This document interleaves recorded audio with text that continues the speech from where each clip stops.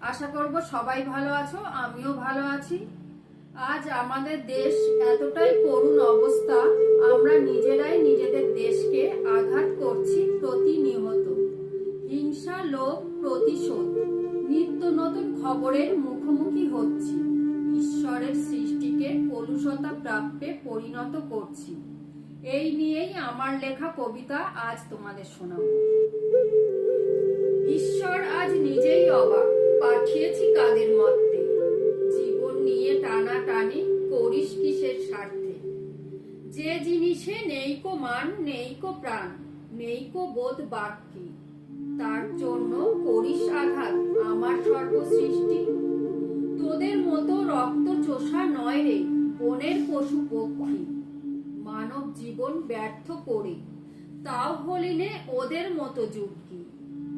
বসিয়ে ছুরি রক্তারক্তি, এই বিষেরই রক্ষী সঙ্গী। গঠন তোদের রক্তে মাংসে, ঈশ্বরেরই বিরাজ অঙ্গে।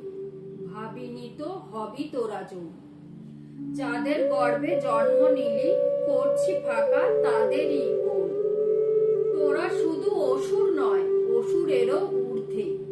নিজের ইয়াজ লজ্জা করে পাঠিয়ে তোদের মধ্যে। তাহলে আজকের মতো আসি, টাটা।